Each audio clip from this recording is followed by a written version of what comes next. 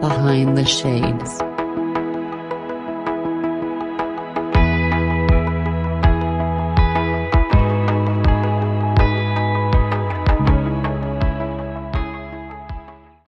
Yes, I've worked very hard on the communication piece.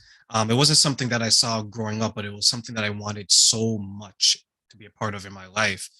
And I remember telling someone just a couple of days ago that it is a responsibility of the communicator to be understood, right? They have to make sure that their message is understood. It's not the person's responsibility who's receiving it to understand. And when I told this person this, it was in a way that she was saying something that she admittedly didn't make sense to even her. And I told her that if it doesn't make sense to you, it's definitely not going to make sense to anyone else. So just take a step back, understand in your mind what it is you want to say. Once you understand it in your mind, then use your words. And I think many of us, unfortunately, we just blab the first thoughts in our mind, right? We don't actually put it. It's like putty. We're not making shapes and figures. We're just saying, here's the putty, here's the goo. You make it into what I think it should be. And the person's thinking, a little help here. Can I call a friend? Like, who wants to be a millionaire, right? It's like one of those situations. So when you mention that, is it we don't know what to say, or is it we don't know how to say it? I think it's a little bit of both. I think that because it's a skill and we haven't learned that skill, that we don't know what to say and we don't know how to say it. And a big part, I think we don't know how to go within to actually think about what it is. Like you said, we don't think about it before and we just kind of blurt it out and it is like putty and we expect the person to go through. I call it a sea of words, and you expect the person to go through to the life ring and find that what you really mean, to find it in the midst. I think a lot of us process out loud, and as we're going we kind of figure it out, but in the meantime there's this whole big sea of words that the other person has no idea what it is you're trying to say.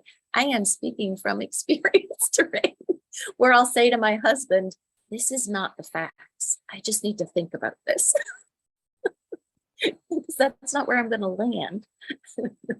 So when I'm going to land, I let him know, okay, this is where I'm landing. This is what I really mean. This is what's really important.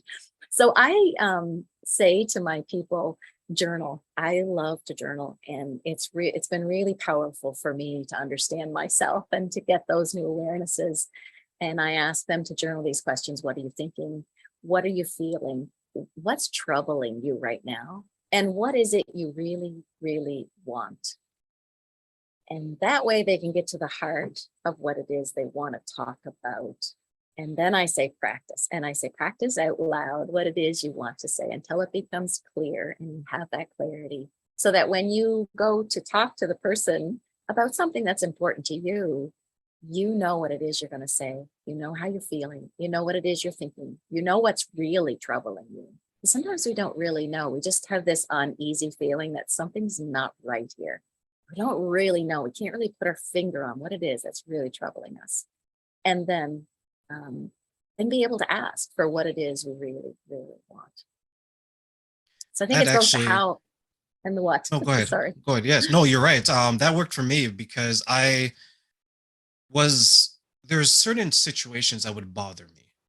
And on the surface, it's just, well, this is done. I don't like it. But it's more than that, at least for me.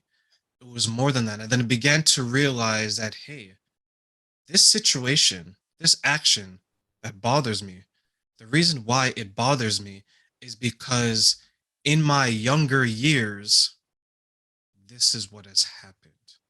Mhm. And until I was able to resolve or at least understand the origins of some of the things that would bother me, I Mhm. was able to be better prepared to move forward. And that's something that I share with the people that I work with, that I speak to, is that words are just words when you actually think about it, right?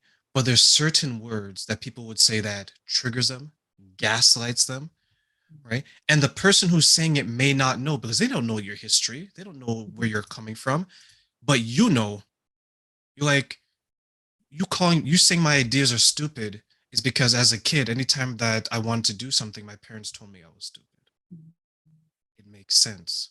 Then I went to school, and every time the teacher would mark my assignment and I would get a failing mark, it reminded me of my when my parents told me I was stupid.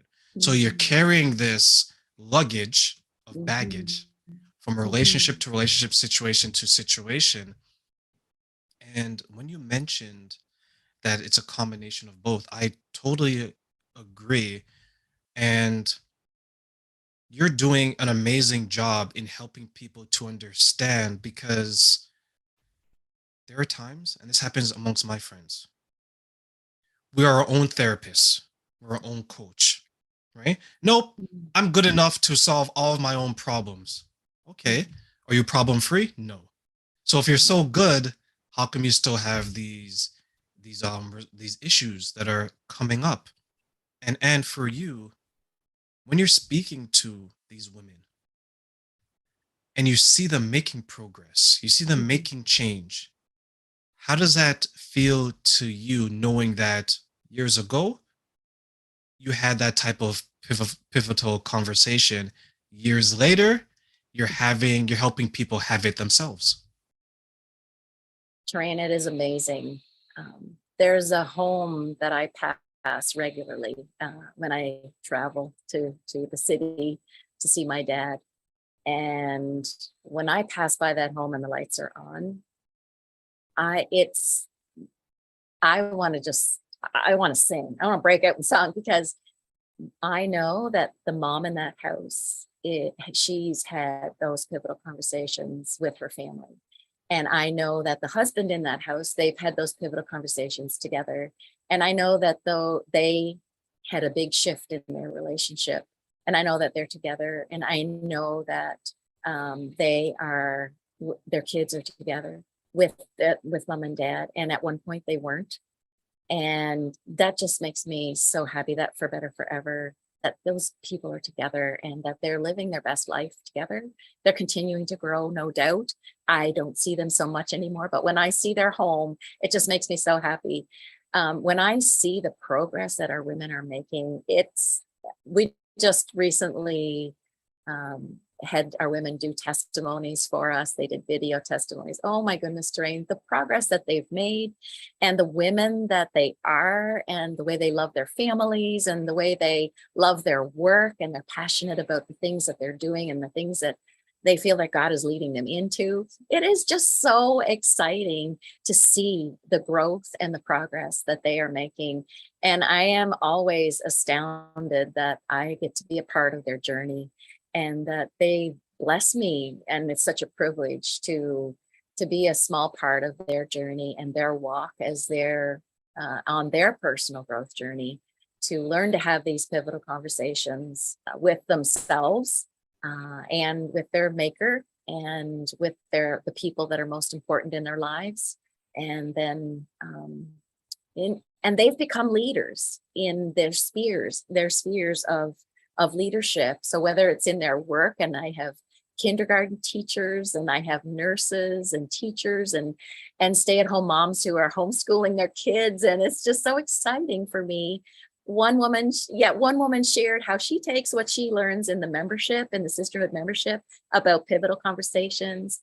And we've talked about shame for men too, and fear for women. And she's taken all of that and she takes it into her kindergarten class and she applies it there. And what I love about her is she's not just loving on the kids. She recognizes she's caring for the whole family as she cares for these little ones. And just imagine having somebody in your life as a little one, Terrain, care for you that much and how that would impact those whole families. So I am incredibly grateful for that they open their lives to me and that they bless us with these testimonies about what is happening in their lives as we work together.